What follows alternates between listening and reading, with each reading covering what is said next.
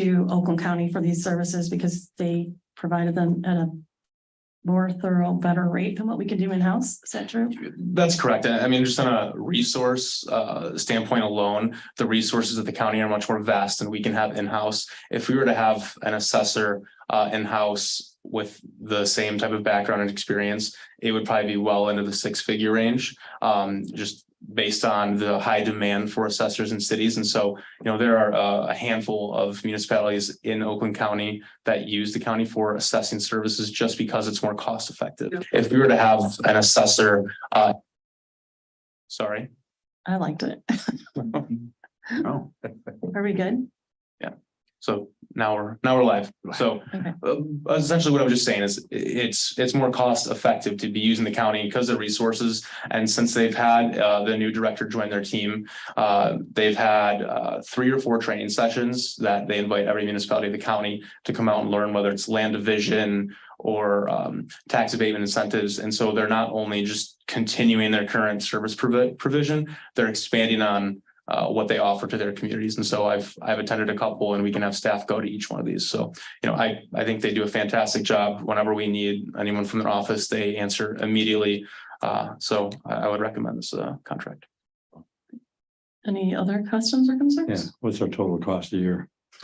So as stated in the contract, it's $15 for each real property parcel. And so last year, we had 5,328 parcels. And so that number comes out to $83,116.80. And so, and then our personal parcels was 550. And so since we're essentially landlocked, that number of parcels fluctuates, 5 to 10 each year, maybe, just because we don't have a lot of land to divide any new parcel creation. And so that number remains relatively the same year to year.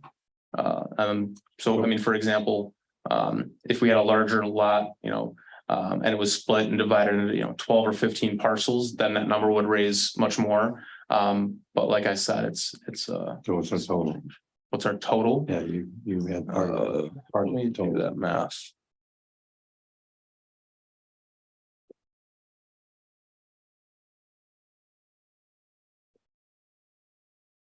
So it's $7,546 for the personal property, and then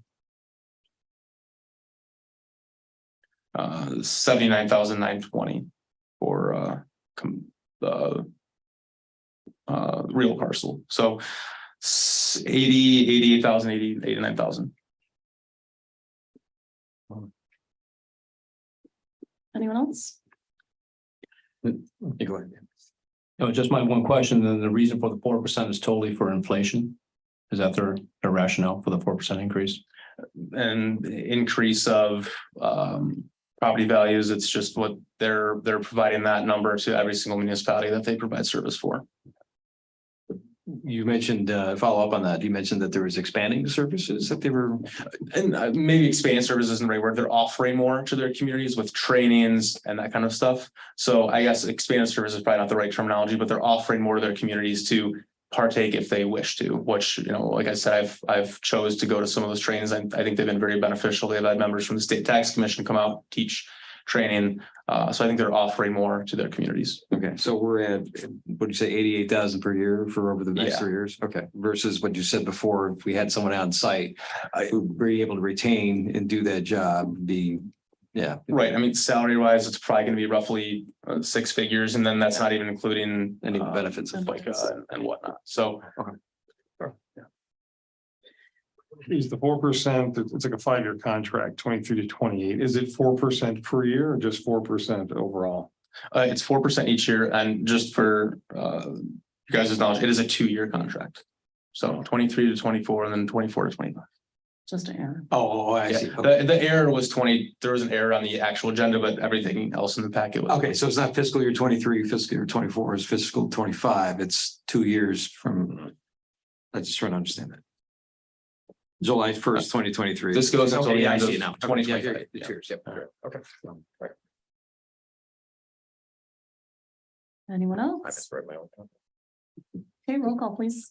Councilmember Sampson. Yes. Councilmember Shepherd. Yes. Councilmember Tinlin. Yes. Mayor Pro Tem Anderson, Yes. Mayor Milan. Yes. You. We will continue our contract with assessing services with Oakland County Equalization Division. And then we will move on to item 9B, which is consideration of appointing of Mike Twidell to the Planning Commission, unexpired term of December 31st, 2023. Madam Mayor, I move the appointment of Mike Twidell to the Planning Commission, unexpired term of December 31st, 2023 be approved. I'll support that. As everyone knows, Mike has local business and is very involved, also serves on the Chamber of Commerce and does many things. So good call. Roll call, please. Councilmember Shepherd. Yes. Councilmember Tinlin, Yes. Mayor Pro Tem Anderson, Yes. Mayor Milan, Yes, Councilmember Sampson. Yes. thank you. Congratulations, Mike Twidell. We'll welcome you to the next Planning Commission meeting. Are you happy, Greg? Good. It's part of our goal. Oh, and Josh, happy? All right, good. Moving on to item 9C, consideration of appointment of Evan Carpenter to the Planning Commission.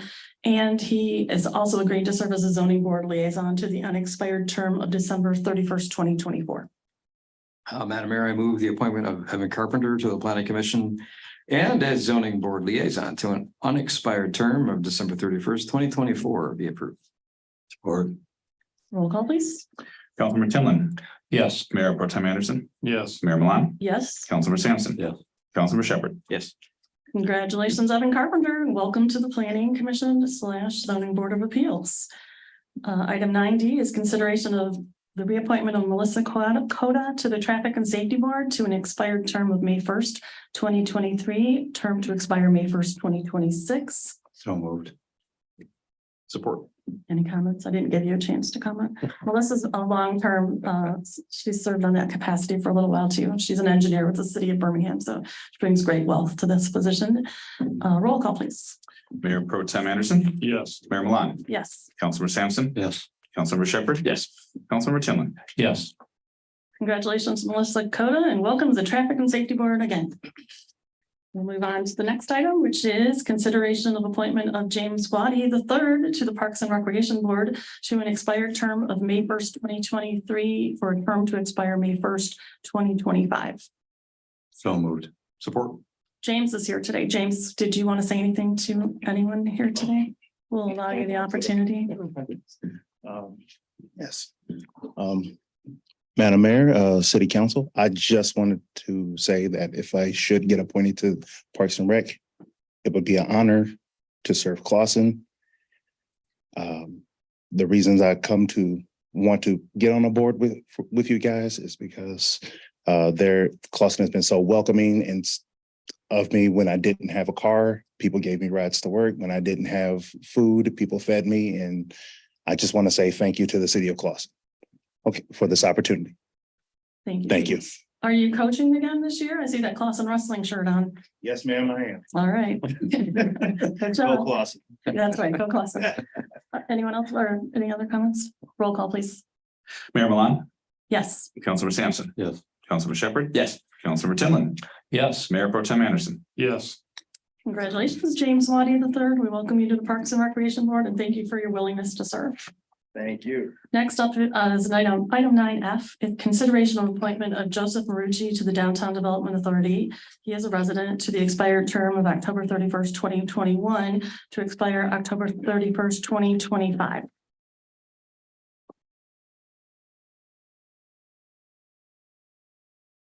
Madam Mayor, I move the appointment of Joseph Marucci to the Downtown Development Authority.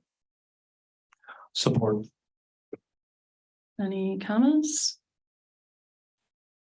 Yes, sir. Do I have to start with comments or anyone else first? You have your hand up. No one else seems to. Just because we had the public comments at the beginning of the meeting and also for me, the Downtown Development Authority is a very important seat, just like all the other ones too. And I just didn't have the opportunity to give besides reading the appointment for Joe, just a background. Usually I have a conversation with this type of seat. So I would like to hear from the other councilmen as well and council people on their thoughts on this specific appointment. My question would be for probably Joan or our city manager. There's 11 people selected for to be on the commit, that board? I believe So it's, many have to be a resident, so many have to be a business owner. How are we staffed for that now? I think it's 8 to 12. Is it 8 to 12? The number, does it 11. sliding? It's number always an 8 to odd 11? number. It's Okay. 11. Oh, that would make sense. Or not? No, so how are we staffed for that? How many? There's great, Joan is in the bylaws. So many have to be a business owner, so many have to be a resident.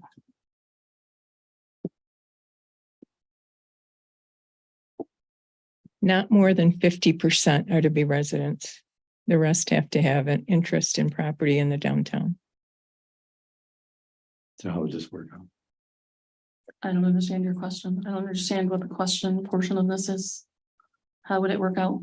Based on what? Looking at if I'm looking at just, and I just saw this today, just looking at when the time ends, it appears that that's a seat that is currently being held by Bill Kelly. So that would be, at present, our balance is correct. Did So- Bill Kelly resign or want to resign? I don't know that that's a question that actually needs That's to a be question. addressed. Asking. Do you understand the appointment process? We recently went through the appointment process. Would someone other than me like to state what that is? Just for clarity. I'd just like to see, we just appointed somebody because they've done a good job for years. Bill Kelly's been on there for, had got to be 15 years that I know. I think she hasn't been on for quite that long, and I think that it's not a question just of that. I think it partly is a result of the mayor gets to make appointments as the mayor sees fit. And if you were the mayor, you would do the same thing. And I'm really looking to get some equity on some of our boards and commissions and to ensure that we have people who are positive and working together and wanting to be a part of an entire situation instead of a closed situation. And I appreciate Mr. Kelly's service. He works very well with you. But an appointment is not a permanent appointment. This is not royalty. You don't necessarily get something till you pass on or decide you don't want it. We're just looking to make some changes and to create some equity and to put people in that are positive and happy, like, just change things up a teeny bit. With 11 members on the board and they look like 4-year terms. So correct me if I'm wrong, it looks like you get a new seat opening up every 6 months, right? No, they're 4-year terms. Yes, but you got 11 people, so I assume they're staggered. Not that staggered. No, they're not. When you look at, Right, when we you can look sit at here our and do the list. math right now, if we'd like to, Mary Liz, business owner. I pulled up the document that the clerk had created for the end of July with the number. So it looks like with the mayor included, there's 9. And then with Joan included, there's 10. Oh, I'm not a board member. Yeah, I know. I'm just Okay. for continuity's sake, there's 10 people here. And so the director being one of them, that brings his board down to 9. And then with you being one, they're bringing it down to 8. So we can, There's nine board members, which includes the mayor. So I can add 2 more if I choose. You would have to have 1 business owner and 1 resident, Right, but I or at can least add 2 more if I business, or at choose. least more business Correct. owners. Bill Kelly, a business owner? In Clawson, not in the downtown. So he's on the DDA board as a resident. So if Mr. Marucci is also a resident, Then we would have too many residents. We would have more than 50%. we wouldn't, if we're not changing the mix at all. You just said Mr. Kelly was serving as a resident. Did you not just say that? Mhm. So if he is changed, if he is replaced with Mr. Marucci, then we have the same makeup. There is no change to the We would have makeup. this, we would have the same makeup. Okay. And we would be losing a valued board member who is active, who gets along with the entire board. And I know you say he gets along with me, which I think is really odd, but Bill has been an active board member and working with all of the board members for many years. That's great. So I'm glad that I, you appreciate him, and I'm sure he'll still want to volunteer. So you can take volunteers in any capacity. Are you trying to say that I should not make this decision? That I don't have well, the authority to make reapplication this form, decision? came in and the reapplication form asks if the board chair wishes this person to stay on, which it did come in that way. And the board does wish to have him stay on. So that was, if you're asking, which the form does ask, then it does say that it comes with the recommendation of the board chair. Well, I appreciate that. And she is out of town or would be here also, but Oh. so thank you. Thank you. Any other questions or concerns? I guess if we're gonna be making changes for the sake of new blood, I certainly would hope that the person would be someone obviously be a resident or a business owner, but they'd also be a bit younger. I'm a little concerned that we don't have fresh faces that are being appointed to learn the process and give different perspective. And I think we're just swapping one for the other. And when you look at it, we had somebody that's volunteered for several years. We just seen an amazing event happen, and I know he was part of it because I've seen him out there. Just to change up. I don't think that's time. He wants to do it. It's hard. We're short on volunteers. And it's hard to get volunteers, and why kick somebody off a board just to change it up? Why not? We'll find Mr. Marucci. There's plenty of other places we can put him if he wants to get involved. Mr. Marucci has a lot of sound experience with, of course, he's been a city manager. He's worked municipalities his entire life. He also was instrumental in starting our DDA, if I'm not mistaken. No, So- starting it back. Pardon me? He started it back. Pardon me? He started it back again. So he started it back, which is still starting it, right? Like he's still part of the process. He's still part of the implementation of the board. And he understands it from a economic, business, city manager type perspective, right? An administrator perspective, which is also a valid experience that we might want to consider. And calling out ageism is pretty funny. He has experience and we like experience. He has experience on certain things and that should be valuable. I'm sorry, it's not ageism. I'd just like to have fresh perspective. It was when you said someone younger, that's ageism. Well, why aren't we looking at somebody that's available who is younger? Are they not in the pipeline? Are they not? Apparently they're not in the pipeline today and apparently the process states what the process states.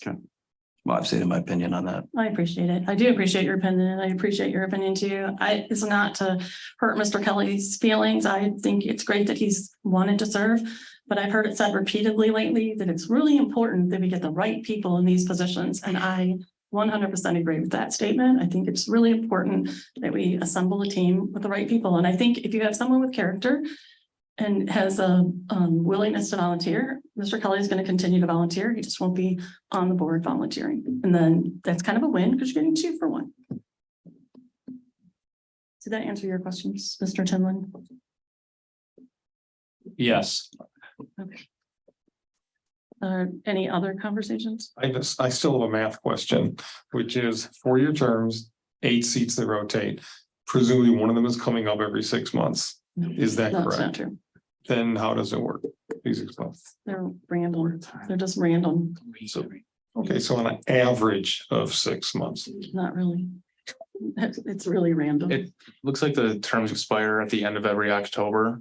And then there's 2 or 3 members that expire at the end of that year. So, there's going to be 2 or 3 expiring at the end of 23, 2 or 3 expiring at the end of 24, so on. Okay. So bottom line, in the next 4 years, we can expect almost all of them to turn over.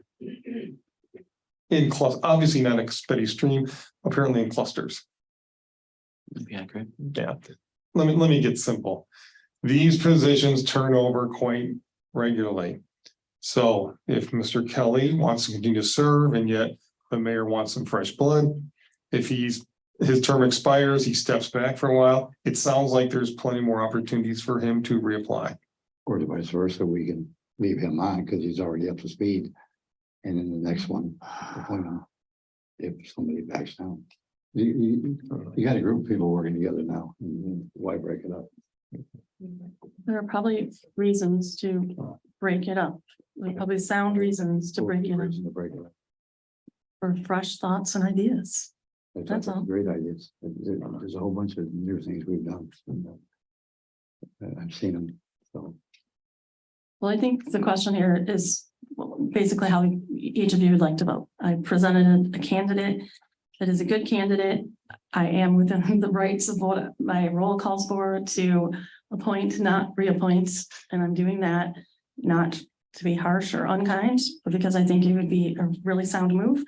And if no one has any more questions or concerns, let's just call a vote. Councilmember Sampson, No, Councilmember Shepherd, No. Councilmember Tinlin, Yes. Mayor Pro Tem Anderson, Yes. Mayor Milan. Yes. Done. So thank you after much conversation. Congratulations, Joe Marucci, on serving on our DDA. And thank you, Mr. Bill Kelly, for your service on the DDA. We will move on to the next item, which is consideration of appointment of Tim Quinn to the Board of Ethics to an expired term, April 21st, 2023, to expire September 15th, 2026. so moved. Support. Conversation. Shall I start again? First. You tend to like this. Yeah, so, I'm the one that nominated Mr. Quinn. I've met him during campaigning 2021. He seemed to be very straightforward, cares about the community.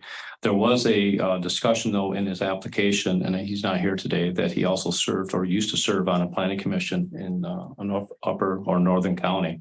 We did ask the city attorney about that, about dual planning and the ethics board. And Rennes, maybe you can articulate in a smaller. Yes, version and of I that. emailed you today, and I'll read the portion of the email and then I can address any questions you may have. But my thought was, I took some time to look and see if there's any law out there on the situation presented with respect to his appointment, where one would be serving in a board in Clawson at the same time serving in a planning commission in a different city. And I could find nothing to deal with the topic specifically. And it almost appeared to me that it was a case of first impression. I wouldn't anticipate a dual appointment at this stage or having happened before, even though dual appointments within the same city or within the same county are common and actually are contemplated in the law, but not this specific instance. And for that, you can have a council member, for example, being a voting member of a planning commission of the same body or the same municipality. The law contemplates that and it makes provisions for that. I know that the appointment to the ethics board requires the appointee to be a registered voter. We have that on our attached to the packet. Obviously, his application requires at the same time the Michigan Planning Enabling Act also requires that the appointees to the Planning Commission be qualified electors. Without looking further, is what I indicated to you, into the actual factual scenario with which council is presented, I would have some reservations. So I think perhaps it's wiser to take a step back from this appointment to be able to at least maybe get some answers from the gentleman himself, because he may be able to well dispel those notions. Sometimes the smaller municipalities do have provisions which allow for things like this, even where one is not a resident per se, so long as they have an association with the municipality. They may well be able to serve. I don't know what, but without knowing more, I have a hard time articulating more. So I just wanted to let you all know that. So with that said, is it possible that we could table this nomination until we get some answers back from Mr. Quinn, and then maybe put it back on another agenda? I'd like to motion that. What questions are you actually looking for him to answer? No, just if he's still serving on the planning commission, and then also looking at if there's any conflict.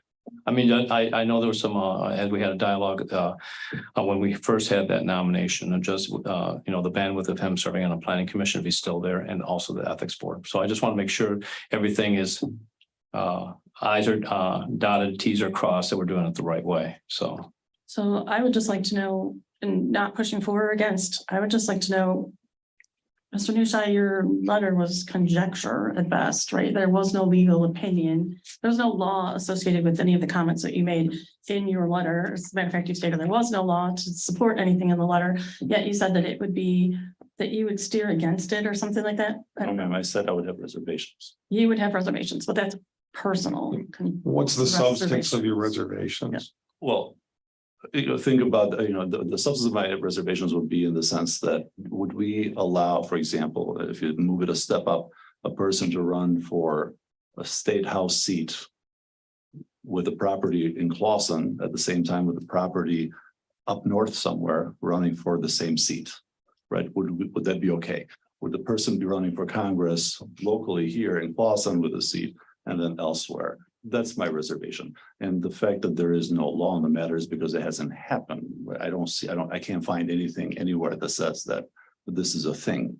That said, as I indicated, there's there's a lot of law in a very close related sort of area. And Mr. Tinlin and I did have this conversation earlier, which was there's a lot of law, for example, with respect to incompatible offices. Okay, this is not the scenario that this body is dealing with in this application, but there's a lot of law about that. And that's why I indicated to you in the in my email that thank you. That's why I indicated to you in my email that the dual appointments do occur and there's provisions for them, right? And we have appointments within the same county, within the same municipality, right? Firefighters being able to serve on certain boards or even as council members in certain cities, depending on size. A lot of these things. I couldn't find this, but given the question asked by Mr. Tinlin, I couldn't find anything specific to allow for something like this, residing or having residences on two different cities, and then also at the same time being able to serve on boards in the two cities. There may well be nothing there, and it may well be no issue whatsoever. I cannot state that to the board to the council at this time, and that's why, hence the reservations, Mr. Anderson. And my indication was there's no full-fledged opinion because obviously the body didn't request an opinion. This was just an email from Mr. Tinlin, and I'm attempted to respond to that email. I have a question. Can I pull my motion back and make a motion to postpone this for the next meeting? Yes, I mean, you could. I mean, there was a second. Yeah, I second. Yeah, I agree with that. That's fine. I should agree that we pull it back. Yeah, until, at least for me, I really want to get all the boards filled up, but I want to do it the right way. All right, I pull my motion back and I motion that we hold Mr. Tinlin or Quinn's appointment until next meeting. So you can. And I'll continue looking in the meantime, and I'll that'll work. we'll be fine. We'll be able to. So I withdraw my support for the original motion and support Councilmember Sampson's new motion. Anyone else? Roll call, please. Just catching up here. The substance that we're voting on is, you can give the word. Postponing this appointment until the next meeting. The whole agenda item. We'll move to the next meeting. It's for postpone. Yes. So postponement, yay or nay? Right. Councilmember Shepherd, Yes. Councilmember Tinlin, Yes. Mayor Pro Tem Anderson, Yes. Mayor Milan, Yes. Councilmember Sampson. Yes. We will, Mr. Quinn, thank you for your willingness to serve. We will readdress this in our next meeting. Moving on to item 9H is consideration of selecting a delegate and alternate to the Southeast Michigan Community of Governments. Mr. Raker? Yes, ma'am. Each SEMCOG member community appoints a delegate who must be an elected official and an alternate, which can be an elected official, staff, or an individual selected by member to attend the General Assembly. The General Assembly provides input and takes action on SEMCOG's major regional plans, budget and dues, and election of SEMCOG officers. Delegates and or alternates are expected to attend 3 General Assembly meetings each year that are held in March, June, and October. The meetings offer an opportunity to learn about SEMCOG initiatives and to network with the other members of the SEMCOG staff. Someone want to make a motion? Well, first of all, Anybody want to do it? I'll do it. If no one else wants to. Madam Mayor, I would serve as an alternate if it's the council's will. Okay. I'll be the alternate if you want to be the delegate. I Because can't the elected vote. official- I can't. Yeah, but I thought I read that. Madam Mayor, I move to appoint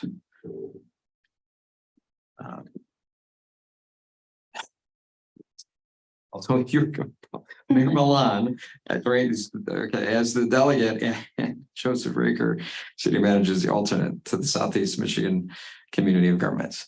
Had a moment there, geez. Support. It's hard. Any comments, anything?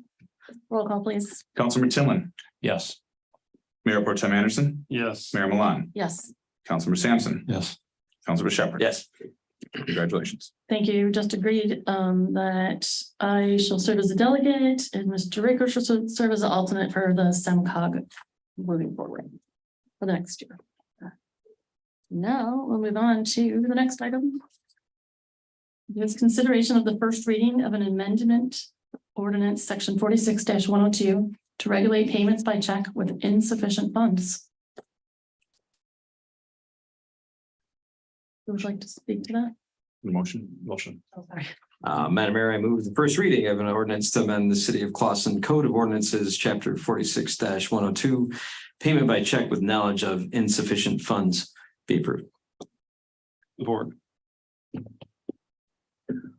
Madam Mayor, over the years, the Clawson Police Department have had numerous occasions to deal with issues where citizens and or businesses in the city were defrauded by receiving payment by way of a check where the party issuing same did so knowing that there were insufficient funds to cover the amount.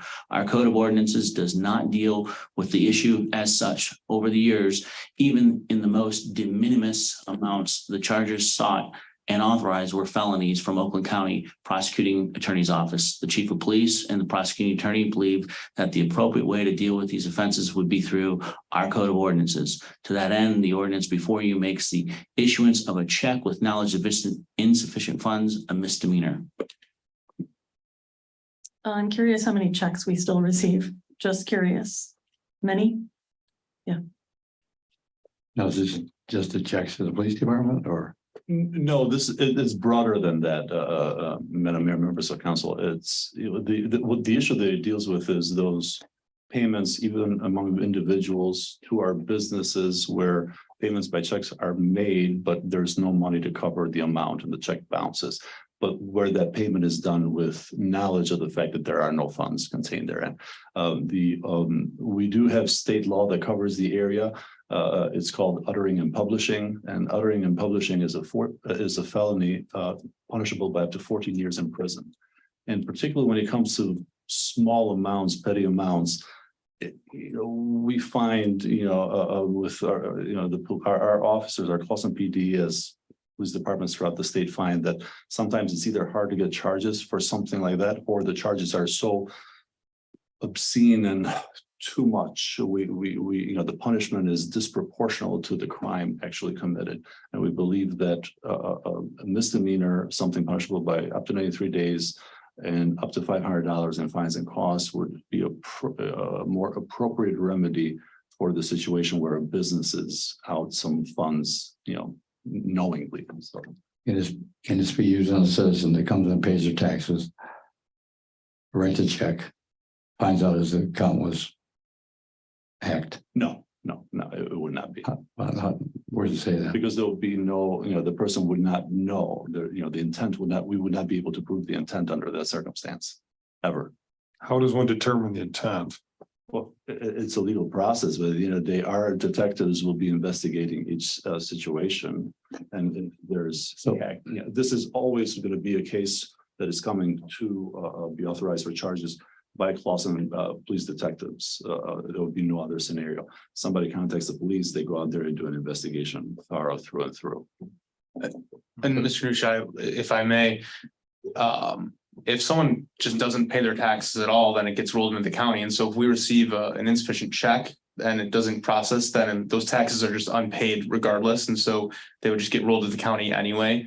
So it really wouldn't affect the city itself. It's more or less to protect the community. But they have followed the guidelines in here where they gave us a check.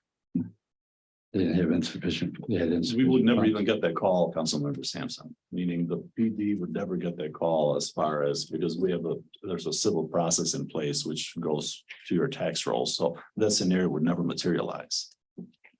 It would never begin. Well, the taxes I know will go to the tax rolls. How about for a permit? How about for Same. people Same. write them all the time? The process there would be no process, nothing would trigger. There'll be no call ever made. It's a civil process that's followed in that kind of case. But this is more, somebody comes to a business and their food bill is $120 They know that, you know, the bank account is not existent or is an old bank account, or they know that in the last 6 months haven't had any money in that bank account whatsoever coming in. And they issue a check in the $120, knowing full well that there's no money in it. In that case, the business owner may call to request an investigation. I'd hate to see one of our citizens. They'd be on the spot. All of a sudden, they wrote a check and So would I, but it would never happen. There's no process for it. That's not what this process goes after. Meaning all the processes that go as far as citizens paying any fee to the city, there wouldn't be. You know, we deal with, if they're not paying water, there's a civil process that follows, right? If they're not paying their taxes or there's insufficient funds for the taxes, there's a civil process that follows. We put it on the tax roll. So that's why, you know, there would never be an investigation triggered. but there could be, because you could look at it saying they were trying to delay the process by giving a false check. Right? No, I don't, it wouldn't satisfy the legal standard by which we have. At the end of the day, any of these cases, we would have to satisfy to either a jury of a person's peers or a judge by beyond a reasonable doubt standard that that person had the sufficient intent to commit a crime, not simply that they made a mistake, not simply that they paid not thinking or they didn't have, you know, they intended to commit a crime. We'd have to satisfy 12 jurors to that end. We'd have to satisfy a judge to that end. At the expense of a citizen. I'm sorry. Citizen would have a lot of legal expenses Certainly. to prove that they were just, oops, I made a mistake. But, you know, we haven't had that. If there were, you know, that's a valid consideration, but if there were an issue, we would have heard about it, if you think about it, because we currently do have obviously uttering and publishing, as I indicated to you, as a felony. If that was the case, there'll be an outcry statewide about people being unfairly prosecuted for uttering and publishing. And we're better to hear that outcry when you have a 14-year felony over you, right, pending against you. So if we haven't heard that, and I assure you we haven't heard that, that outcry, you're not going to hear it here. You're not going to hear from us. And it's not something that we're not on the avant-garde as far as this particular offense is concerned. We're not the only community that does. We're one of the few communities that doesn't have a similar ordinance. We haven't had, and we've over the years, we've talked about it, and eventually we obviously with the chief of police, it became a priority because it is so difficult to get charges on the uttering and publishing. And when we do for these small amounts, the poultry amounts, the sanction is far too great. So actually we're attempting to remediate or remedy a situation that we think is far too extreme. So Renish, you're saying the current situation is if somebody knowingly writes a bad check to the city, the only solution is to charge them with a felony, which court systems mean they're not going to be prosecuting people for felonies for writing checks in general. They are. I mean, that I assure you, it happens. Sometimes for small amounts, we can have Kelly help me out. I don't know if you have statistics. Well, yeah, if the amount's big enough, sure, but I'm saying for small amounts, they're just not prosecuting. You know, there's no mechanism to prosecute. We'll call petty crime at this point. And think about it. If it is something truly petty, I mean, should the punishment be 14 years? Yeah, it shouldn't be a felony of any kind. That's what I need to address. Okay. Welcome, Chief Bouse. Good evening. So I actually requested that Mr. Nujai put this ordinance in front of you. This is an ordinance that is very common at the majority of cities in our area. Currently, we do prosecute these cases often, and they are felonies. We don't prosecute them in a situation in which you mentioned, I think it was if somebody wrote an insufficient funds check to the city, there has to be a victim in order to process a case like this. So the city would be the victim and the city would have to file a police report. So if the city is not filing a police report in those situations, it would never be reported and investigated. Basically, this ordinance is to make the job a little bit easier for officers and the Detective Bureau when submitting cases. This would be a local charge as opposed to a state charge, which is a felony. And these are usually in situations where we have a local business. It's very common, and people have come in and wrote checks that are insufficient. It's easy for us to file the documentation with banks, for example, Chase maybe, which will tell us this account has been closed since 2016. I'm pretty sure you know if you wrote a check that was closed on an account from 2016. So the detectives will investigate it, is my point. And this just allows us to make the process a little bit easier and not charge people with felonies for a less serious offense. Thanks, well put. If you can satisfy Does that help? curiosity, how many of these felony prosecutions have been conducted in the last few years? And at what dollar amount threshold triggered the prosecution? So it's really, it's usually over $200 for a check. But the sentencing or the penalty for it does vary sometimes depending on the amount and what category it falls under. So how much the check is. But I mean, if I just had to guess, last year alone, we maybe had 10 of them. I mean, we're a small city, so we don't get a lot. And the bigger cities get a lot more because they have more businesses. So just, by statistics alone, that's going to happen. So. Any other questions? Thank you very much. Yeah. Okay. I don't even know where we are. Let's see. So motions on the Roll call. On the floor, roll call, yes. Mayor Pro Tem Anderson, Yes. Mayor Milan, Yes. Councilmember Sampson. Yes. Councilmember Shepherd. Yes. Councilmember Tinlin. Yes. We'll have a public hearing on this at the next meeting. Thank you. Next up is consideration of the first reading of an ordinance to amend the City of Clausen Code of Ordinance, Chapter 78-158 to regulate temporary no parking. Madam Mayor, I move the first reading of an ordinance to amend the City of Clausen Code of Ordinances, Chapter 78-158. Temporary no parking be approved. Or Madam Mayor, over the years, the city has attempted to enforce temporary no parking zones during events at various locations. The proposed ordinance gives the chief of police and code enforcement the authority to enforce temporary no parking by making violations of same civil infractions punishable by a fine of up to $220. Any questions?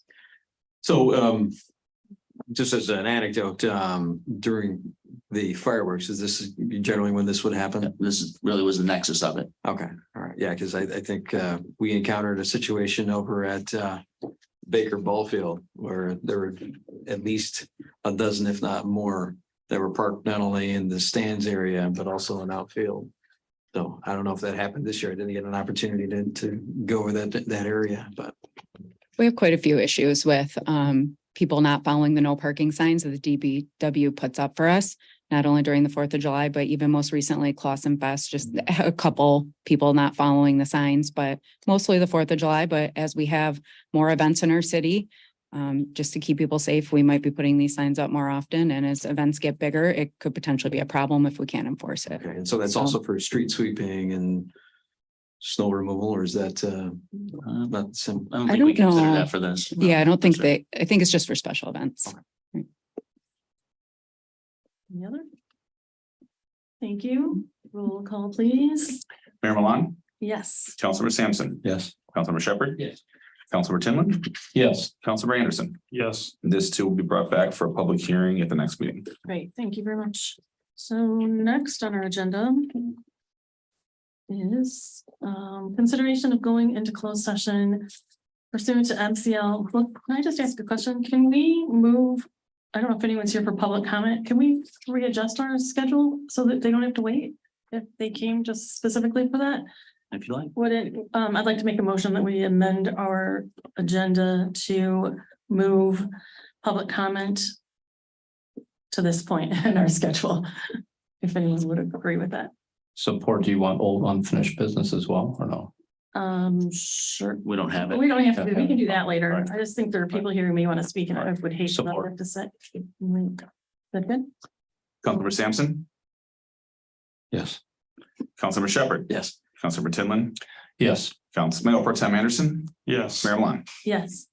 So to that end, if there's anyone here that would like to speak public comments for items not on the agenda, you may come to the podium and please state your name and address. We'll allow you 3 minutes. Hello, everyone. My name is Adam Wolf. I live at 109 Elmsford Drive. I'm here today because I'm upset about lack of action on the situation with the sewers.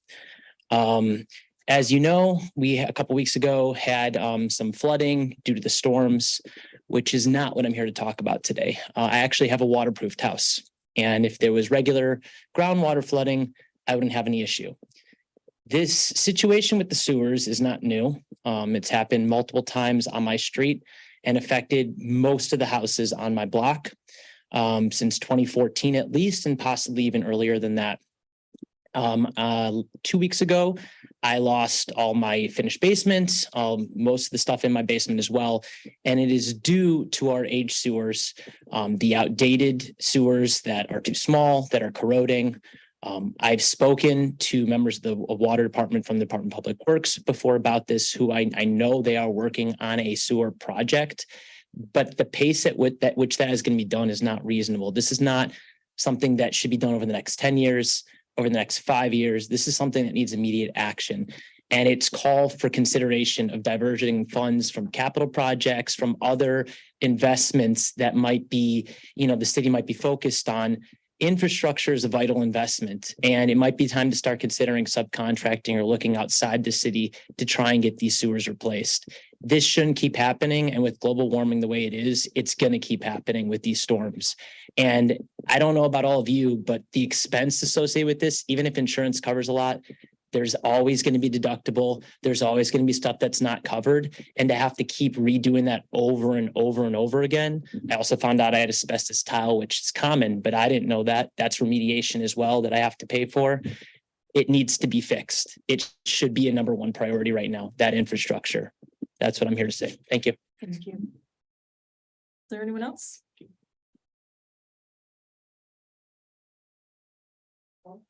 Of course. My neighbor Joyce Gleason, I'm Jim Roberson. We live on Park Drive, and he said it all. We're at wit's end. 14, I lost everything in my basement. We've been requesting help with the sewers for years, and then they put it down to only 6 holes where the water can go down, but it didn't help at all. The drains still get overflowed. I mean, it's like a swimming pool out there. It was all the way up to my porch in my house this year. That's pretty bad since this has been going on for quite a while. So what's gonna happen when they tear down Sham and build homes? Yeah. We don't even have an infrastructure to take care of what we have now, let alone what are we gonna do with what they're planning to do? We're already in debt with the high school that they're doing. And I'm looking at $18 million here in debt. Where is this going to? It's not stopping, and nothing's going to the infrastructure. Nothing's going to anything anymore. And our crowds the parking's the same way. Our parking situation, I've heard them speaking about what they wanted to do with the parking and temporary parking and no parking. There are people that are living in homes now, 4 in a home that have a car. There's not enough parking for them, so they're using the streets. And Bywood, you can't get around the corner to go around from Bywood to Park Drive if there's too many cars. You can't make turns on Bywood because there's people on both sides parking. Where you used to have maybe 2 cars at each house, now you're getting sometimes four cars at one house. So there's other things that we can get involved in.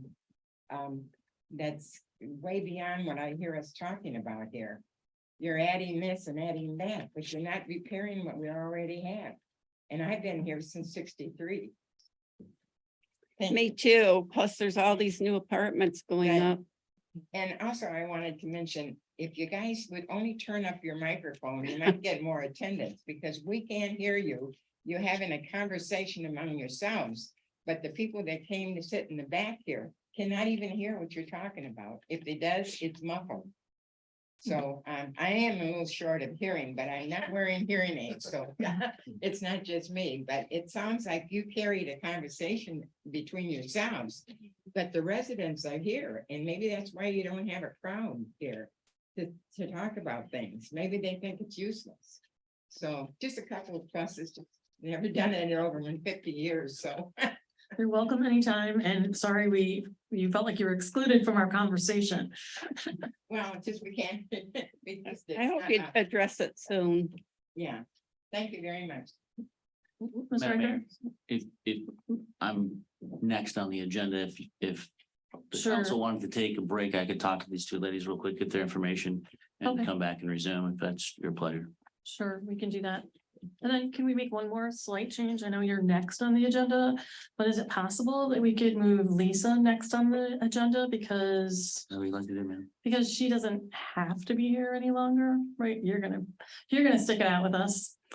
And August is gonna stick it out with us this evening, and we could let Lisa have her time, and then we can let her go. Does Pleasures, ma'am. that sound fine? Does anyone else agree with that? There's no more public comment, Madam Mayor. Oh, I'm sorry. Is there anyone else for public comment? Just want to make one announcement that I forgot to get in time for the agenda. But the Clawson Police Department is having a bottle and can drive this Saturday, September 9th, from 9 a.m. to noon, right in the back parking lot. The proceeds from this bottle and can drive benefit Special Olympics. We have a couple officers that will be running on September 15th for Special Olympics, and this is just helping us raise money. So if anybody has bottles and cans they would like to donate, we'll be there from 9 to noon. And I think we could also use a couple of volunteers to help Officer Barnett return cans if anybody is available around noon. Thank you. That sounds like not very much fun.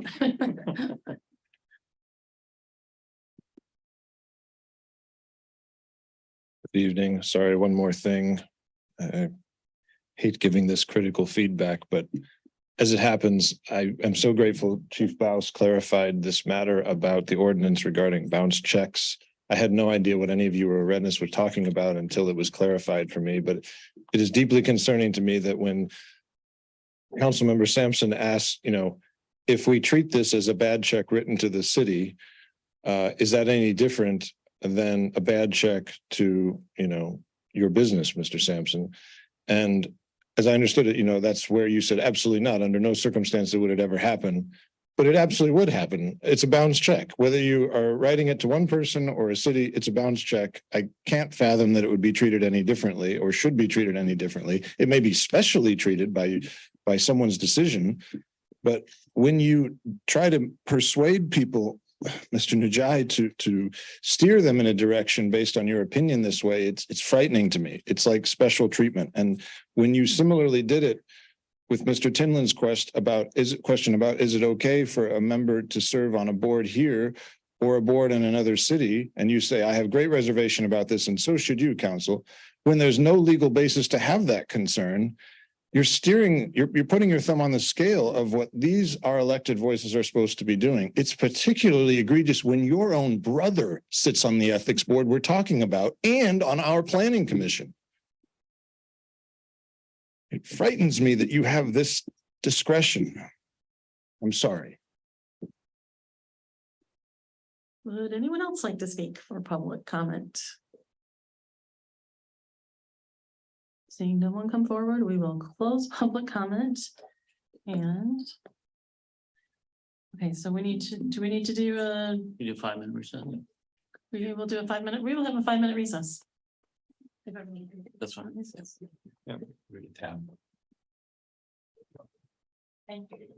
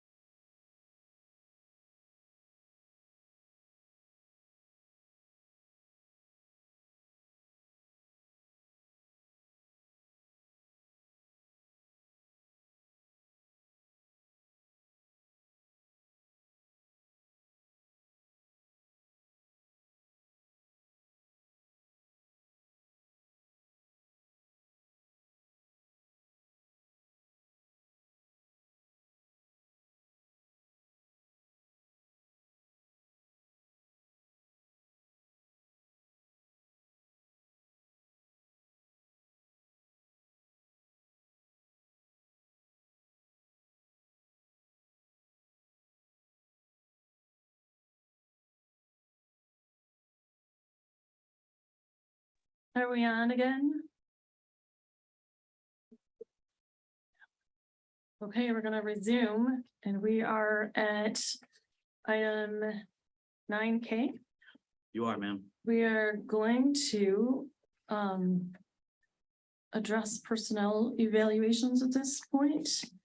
And I just suggested a quick change up to the schedule to allow the first one to be Lisa Rosati's.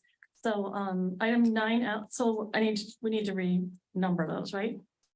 Officially, You could just make just switch just switch yours and. K and L. Okay, we're gonna switch items K and L. If everyone's listening, I'd like to make a motion yes, sir. that we hold Mr. Rikers until we have a special meeting next week. That most here aren't aware, but my brother passed away last week. Oh. And I just came back from the funeral hours ago. And I got this in the mail on Thursday, and I'm not prepared at all. For Mr. Rikers, the other ones are easy. I'd prefer to do all three next week. Oh. And we've been postponing this, and all of a sudden I got that. And Well, we have, in all fairness, it's been talked about for a while and yeah, condolences for your brother. That's real life, right? We have to address real life. What's everyone's thought on Right, this? what's- Mr. Baker, what's your schedule? You I am are not out of in the town? office for the next 2 weeks on and off. Okay, So I'm going to the Mapers Conference starting Saturday, come back on Tuesday, and then I leave for Europe on Sunday. okay. So that puts us in the end of September by the time you get back in. So what's your thoughts, people?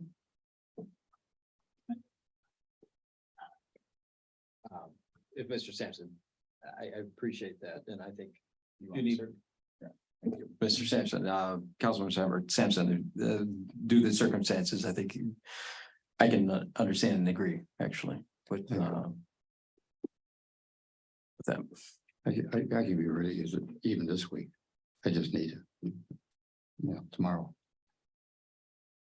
Yeah, I'm not available tomorrow. okay, you can't do tomorrow. So, I need to tomorrow finalize my notes. I'm not starting from zero. I just want to be prepared properly. okay. Councilmember Tinlin,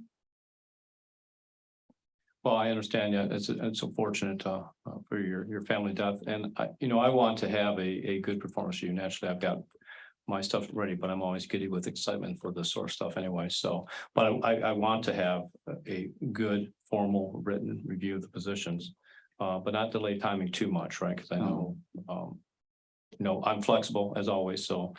But it's gonna be based on Joe. I know Lisa's gonna be probably an easier review, but I understand the delay, but we can't have it going on another month or so, because I know I've been pushing, trying to get this done. Oh, I've been pushing to do it, so. You guys just have to pick the worst week. What's your thoughts, Mr. Anderson?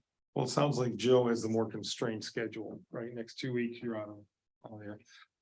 So it may come down to 2 special meetings. I mean, Ms. Rossetti and I am not for not having any tonight. We have people who are waiting. Right. And if he just said he's only prepared for one, not prepared for one, which I kind of don't understand. Is it possible that you could? if we do anything tonight, you feel comfortable with any of the 3 evaluations? So we can do the other 2, I don't mind. Oh, Just Mr. Riker, I have. Yeah. I know that's right. So we could do Lisa's and then naturally the city clerk August then tonight still. sounds like you're okay with that. So you're okay with proceeding with the other two? Yeah. The 2 out of 3. You're not comfortable enough to be able to pivot on this, and I'm pretty sure your thoughts are pretty sound, and you couldn't say, well, we went through I don't our wanna add- review and I then don't you wanna add gave that your many. portion. I don't want to ad lib anything. I want it written down.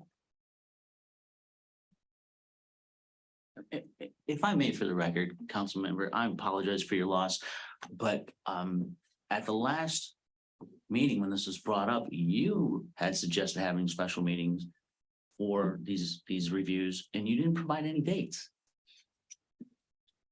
Because nobody was ready with the.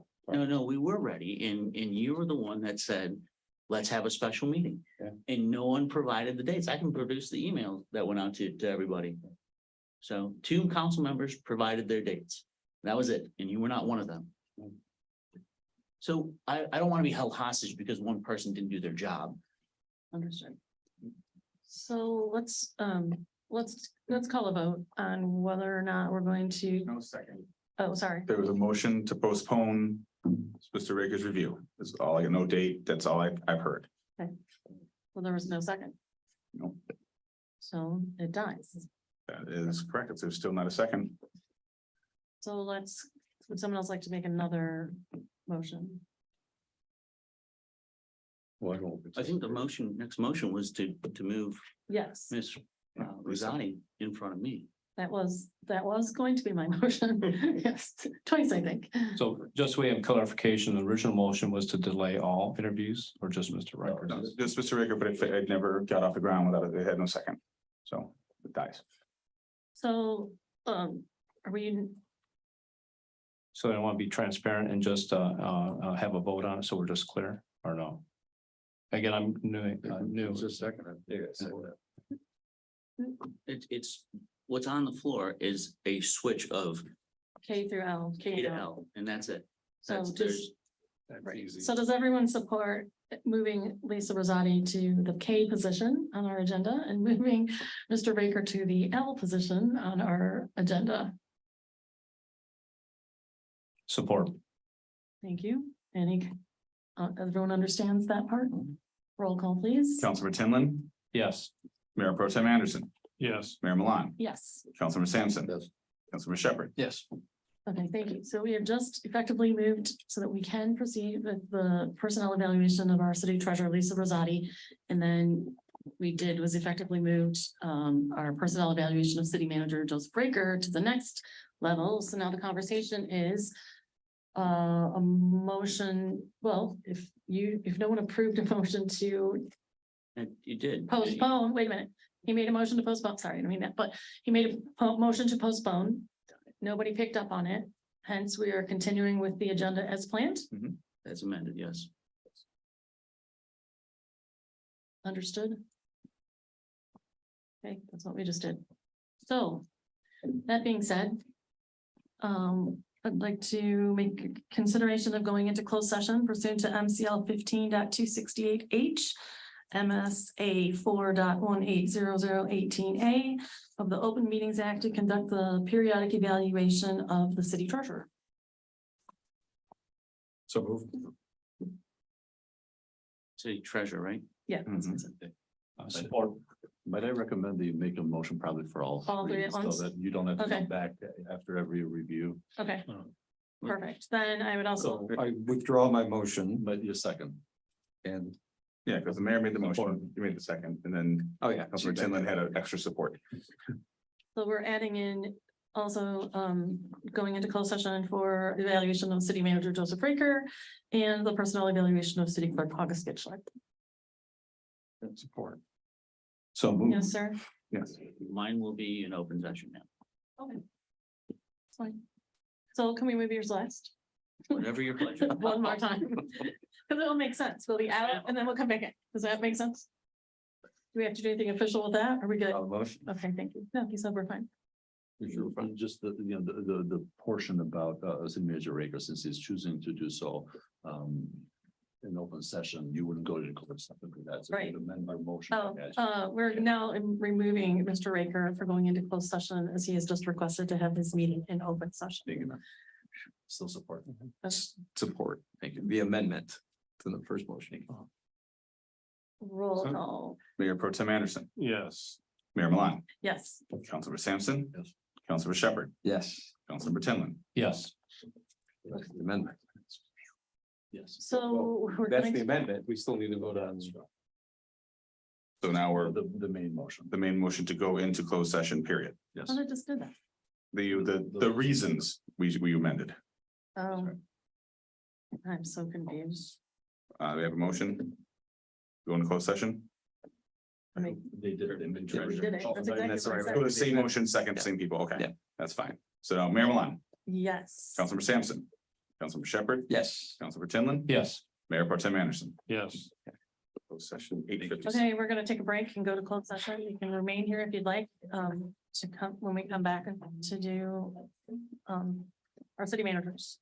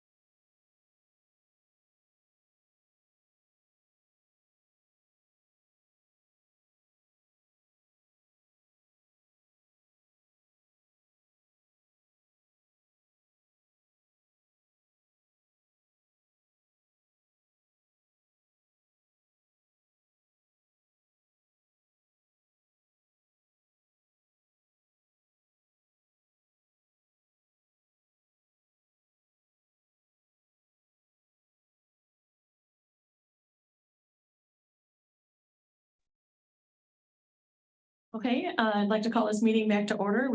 We're here resuming from our first two employee reviews, and we are back. First thing we're going to do is make a motion on a plan of action, if someone is ready to do that. We have the jargon, the. Madam Mayor, if I may, I would recommend that the motion be to adopt the professional improvement plan as agreed to by the city clerk. So moved. Support. Roll call, please. Councilmember Shepherd, Yes. Councilmember Tinlin, Yes. Mayor Pro Tem Anderson, Yes. Mayor Milan, Yes, Councilmember Sampson. Yes. thank you. We have adopted the professional improvement plan. Now we're going to move to personnel evaluation of our city manager, Joseph Raker. Mr. Raker has requested to have his evaluation performed in an open session, which is why we are here. Mr. Tinlin, I'll let you start. If you'd like. I thank you for the honor. I'll start first then. So if we have the performance evaluation checklist, and I'm going to go through the general scoring on each of the duties of description. So the management of organization, I scored 3s across most of those items. I did rank 4, which is, excellent or very good. Ron effectively runs the operations of the organization, creates a collaborative team building an environment for the staff. A lot of good feedback from employees reporting to our city manager. And then another one where I give a 4, which is very good because I tend to stay in the middle on 3, is identifies organizational problems and takes remedial action. Around the execution of policy, I ranked Joe 3, which is again good, meets all expectations. I did rank him a 4, presents matters in a factual and analytical way, especially when he's here with council with us. Financial management, I gave him a very good, which meets all expectations and above expectations. And that's really around how the budget was prepared this year versus last year, and then demonstrates integrity and creativity in approaching budgetary matters. I think, at least from my time here, he's demonstrated thinking outside the box. Our relations with the council, I gave 3 across the board. This means it meets all expectations. This would be the regular updates, makes an effort to be accessible to councils, handles issues brought by the council, and keeps a positive attitude and approach to new ideas and issues and complaints. On community relations, I scored 4 for makes an effort to general communication issues. I mean, that's very good and meets expectations. A 4 as well, runs the city well and in a professional and positive manner. And the rest of the points I ranked 3, which is works proactively with media and press, works effectively with community organizations, and educates the community on the city goals and services. On the communications, I ranked it a 3, which again, meeting expectation good. I did have 1 4 in there about presents the council and community with clear and accurate written reports and correspondence. And this is on the weekly updates and also issues facing the council. On leadership, I gave 3 for the first 2, provides council and organization with real solutions and creative alternate to issues, assures the council decisions are thought out and objective and consistent with past practices and legal and ethical. And then 4 for makes use of sound administrative practices, such as organization, teamwork, time management. And then 4 leads the organization to effective management people on tasks. On professionalism, I ranked it 3 on a majority and 4 on 2 items, devotes time and energy to the job. Joe definitely spends a lot of time extra supporting our community, and then demonstrates a high ethical standards in the organization. On achievements, as additional comments on the achievement side, Mr. Riker has continued to work on getting the city administration organized, new staff trained to get our core city processes functioning smoothly again. He has successfully recruited experienced staff to help with the new employees gaining the experience needed to ensure the city processes are operating effectively. This will be an ongoing effort for 2023 and 2024 for him and his team. The 2023 and 2024 budget content and structure was a significant improvement over last year's document and process. Working with the city council body on city goals and objectives was a significant achievement for the city. Opportunities for improvement. While overall relations have improved in 2023 versus 2022 with the city council body, that effort by both parties needs to continue in the future, 2024. Stable government, development of employees, communication to city employees of our city goals and objectives as approved by the city council. Move beyond damage control as the city departments and key management positions stabilize. And then an active promotion and use of the 2023-2024 city goals and objectives to achieve positive results in the budgeted period. That's it. Councilmember Shepherd, would you like to go next? Sure, I'll keep it brief, and just summarize each of the segments. So management of the organization. Overall, I believe you're doing a great job. I gave you 4s and 5s, majority 5s for management of the organization. Execution of policy, similar situation, mostly 5s, 1 4. Financial management, I gave you 5s in both categories. Relations with the council, and again, I'm looking from my perspective as far as the what I see and feedback that I get, and I gave you 5s for that. Community relations, similar situation. I gave you 3 4s and 2 5s. Communications, I gave you 3 5s and 1 4.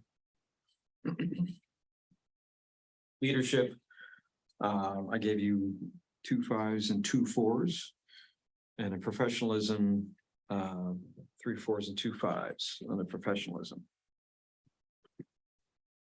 For additional comments.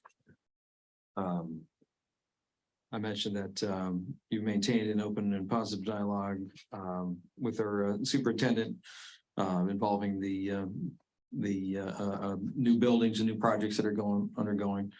And also I appreciated the way that you developed with council, the city's vision, mission, and values. I think that was highly important. Thought that we didn't really have that before, and I really appreciate having that put together so that we can point to it and say, this is why we're doing this.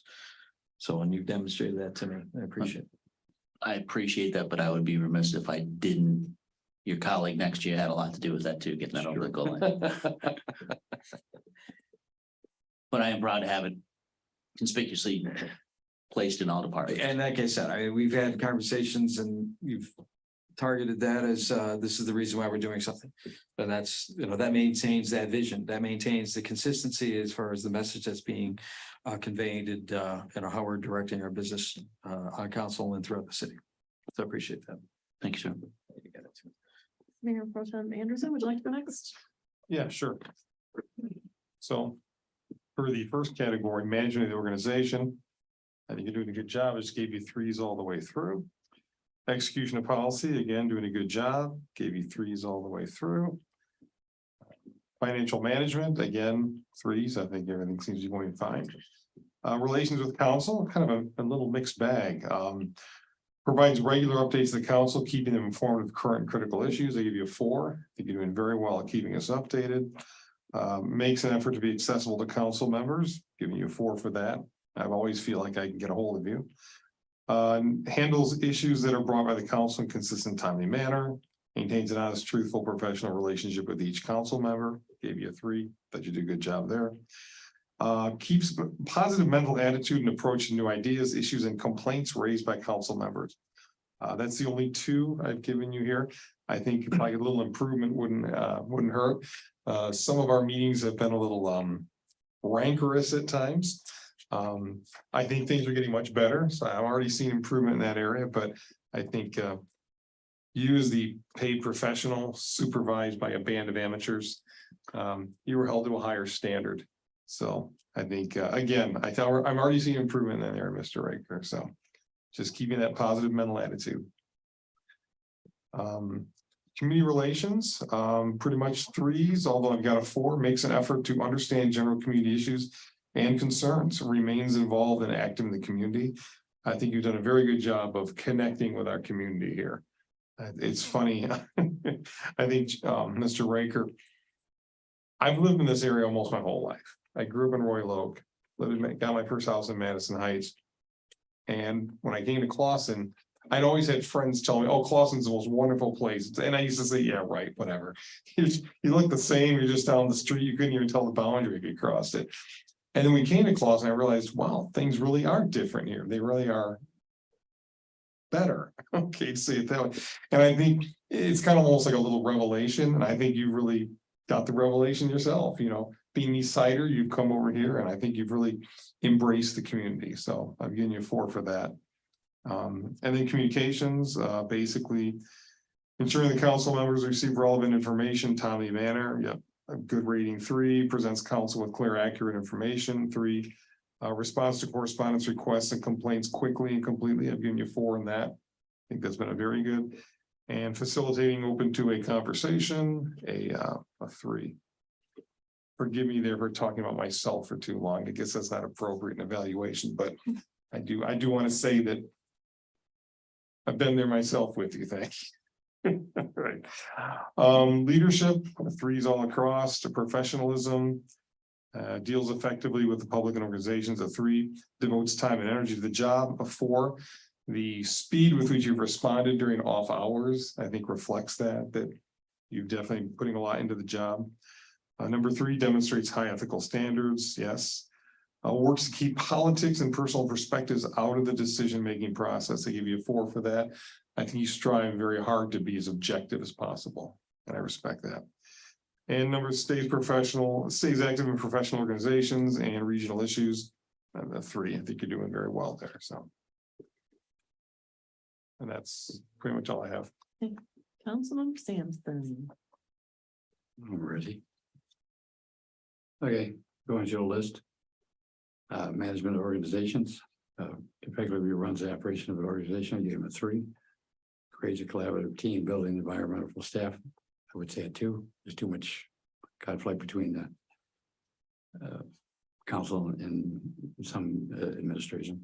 Recognizes accomplishments of staff and others working on behalf of the city. I gave him a 4 on that. Supports professionalism, growth, opportunity within the organization.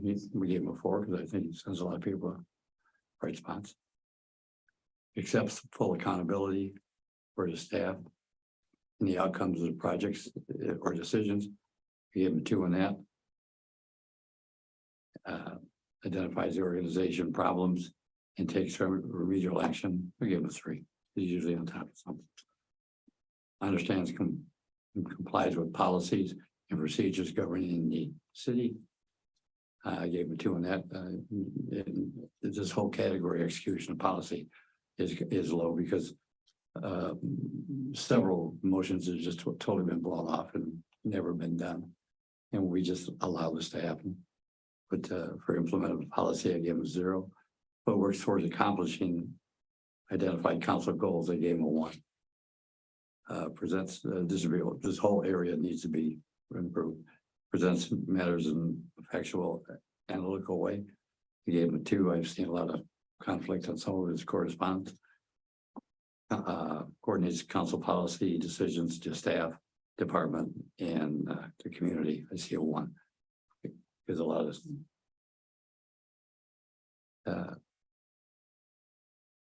properly prepares management budget. I give him a 3 on that. He got done a little slow. Demonstrates integrity and creativity in approaching a budgetary. I gave a 2 on that because it just took too long to get it, and too many things changed and too many things came out the night after we passed the budget. Just for a record, it says demonstrates ingenuity and creativity. So That's no one figures his integrity is bad in that category, just for the record. Yeah. Makes an effort to be accessible to council members. I gave him a 3 because he does it to most of you guys, but he's kind of inaccessible to me. Handles issues that are brought to the council in a consistent, timely manner, maintains an honest, truthful, professional relationships with each other. Each of the councilmen, I gave him a 2 on that. And those keeps a positive attitude approach to new ideas. For that category, I'm a 0 because it's usually who presented it. It's only some of people. Makes an effort to understand general community and the consensus. Remains involved.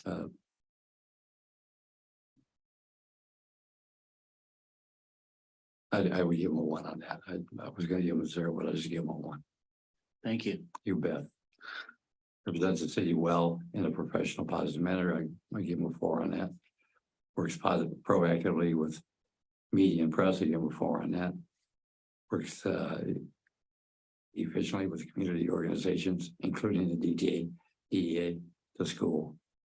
Well, I wish that one was broken up because DDA, we had such a long time trying to get them a budget. But the school gets all this time, so I think we need to move our priorities a little bit. I gave them 0 on that one.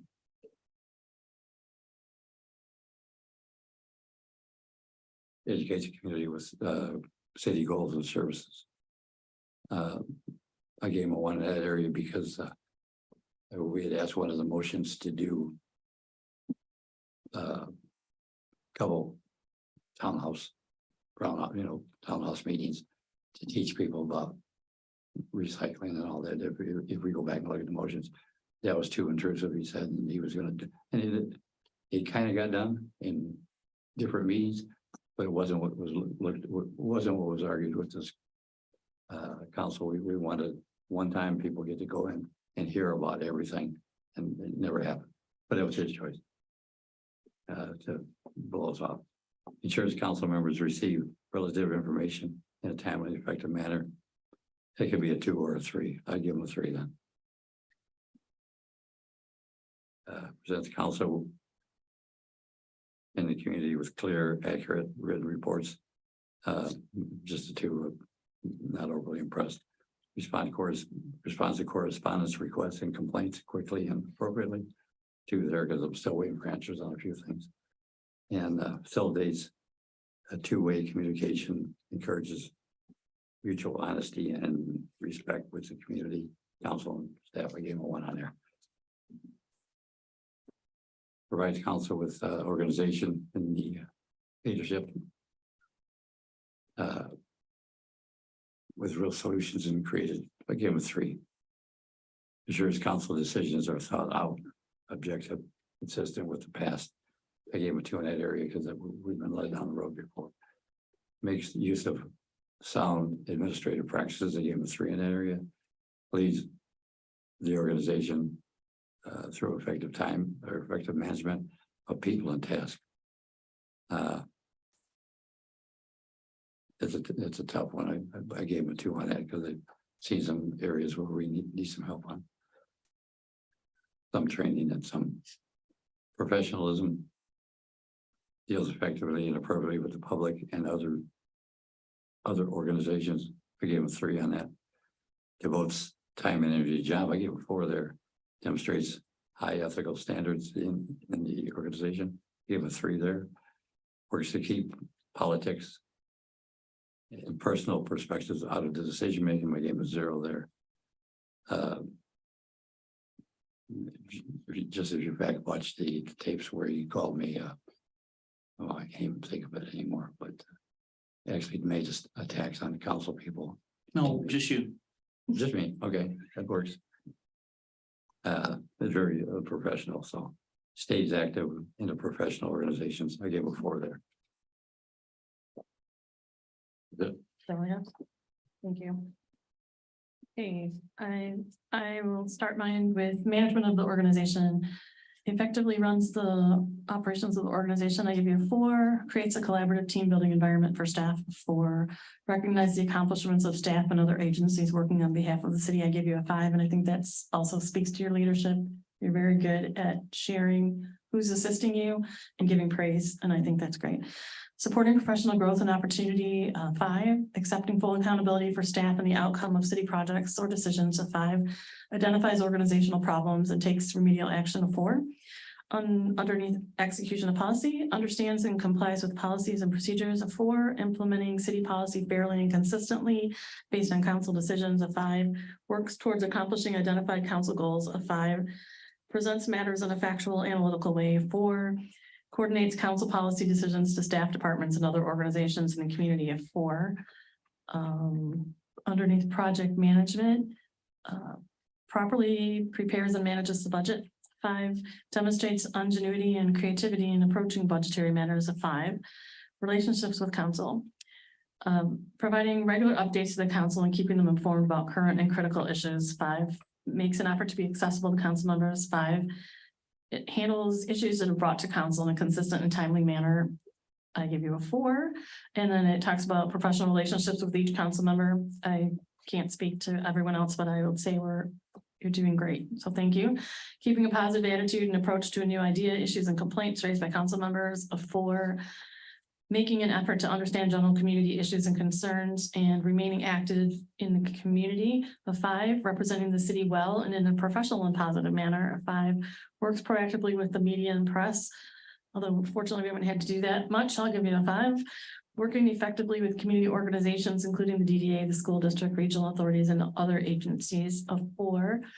Educating the community on city goals and services, of 4. Communications, ensuring city council members receive relevant information in a timely and effective manner, of 4. Presenting the council and community with clear and accurate written reports and correspondence, 4. Responding to correspondence, requests and complaints quickly and appropriately, of 5. Facilitating open two-way communication and encouraging mutual honesty and respect with the community, council and staff, will give you a 5. Providing underneath leadership, providing the council and the organization with real solutions and creative alternatives to issues and problems, of 4. Almost.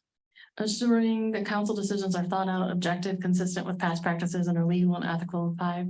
Makes use of sound administrative practices such as organization, communication, teamwork, and time management, of 4. Leading the organization through effective management of people and tasks, of 5. And in professionalism, I gave you 5 for dealing effectively and appropriately with the public and other organizations, 5 for devoting time and energy to the job, 5 for demonstrating high ethical standards in organization, 5 in works to keep politics and personal perspective out of the decision-making process, and 4 in staying active in professional organizations and regional issues, because I don't really know what you do with regional issues. So those are my numerical comments. As I stated with the other people that we discussed, in addition to my own experiences with you, which I will say, this is much higher at this point in the year than it probably would have been at this point last year, but I attribute that to your willingness to want to accomplish good as well as mine. And I think that speaks really highly to your commitment to this organization, and your commitment to this council. And I think that just speaks towards your management and professionals. So I want that to be noted in case anyone's watching and going, oh my gosh, I can't believe she did that. But there is sound reason, and if you're paying attention, it's because true progress has been made, and that's what leaders do. They put things in their pockets sometimes and move on and realize there's way more we have in common that we don't have in common, and then just work with it. So under comments for achievements, you have ability to share praise with your team, and that is exceptional. You have built a strong team of professionals. You are adept in identifying and encouraging others' strengths. Many individuals on your staff have confidence in your capabilities and vision. You support your team, care about them as individuals, and hold high standards, which you also impose upon yourself. You're good at bringing people together for a common goal.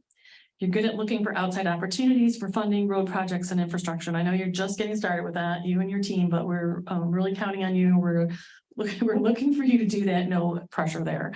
You are encouraging and empowering. And that was a direct quote from one of your staff members. And I think that those two coupled together is something you should be proud of, because we can often encourage people, but often leaders don't empower people. And that's where we have failure in organizations.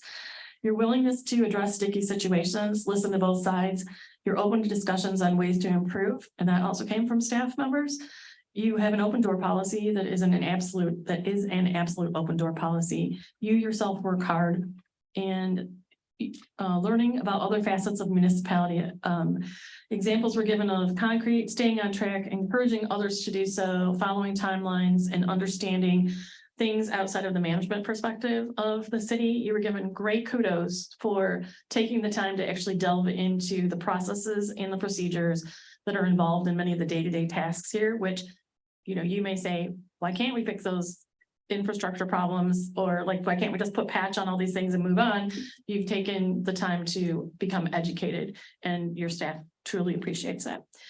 Opportunities for improvement, I would just say learn more about the workings of the city, the infrastructure, roads, and other process and institutional knowledge, which of course only comes with time. And also there's always room for improvement with communication with all of us, because we all communicate differently and have different expectations. But I would like to thank you for for your graciousness with me and coming around, because I'm enjoying this process right now and I see strides and I'm really proud of some of the things that have been accomplished recently. And I have to 100% say it's because you engaged where you should have engaged. So thank you. Thank you, ma'am. Okay, now what? People? Anyone have anything else? I think we're on to the next agenda item. Okay, let's see. Move page. Find the hard copies and give them to you. Yes, if you would. Okay, so our next agenda item would be old unfinished business. Councilmember Tinlin, you really wanted to talk about old unfinished business, but I think at this hour you said, even if I had it, I would probably not stand well to I bring did it up. have 3 pages to go through if we have time. No. Do have time. We're here for business. No, If you I want to think do it, that- you're important. 10:30 at night has humbled me, so I have no comment. Okay, then we'll move on to city clerk's report. Thank you, Madam Mayor. I'll make this briefer than I wrote it. AV applications hit everyone's mailboxes over the weekend. We are getting phone calls of people asking why they didn't get them. There are a lot of people who checked off permanent ballot for the November election and moving on. So they don't get an application. They just get sent a ballot in October when they come. And there's obvious confusion. It's new to everyone. So if you don't get a ballot in the first week of October, call us. We'll make sure you get your ballot. Okay. It's new to all of us.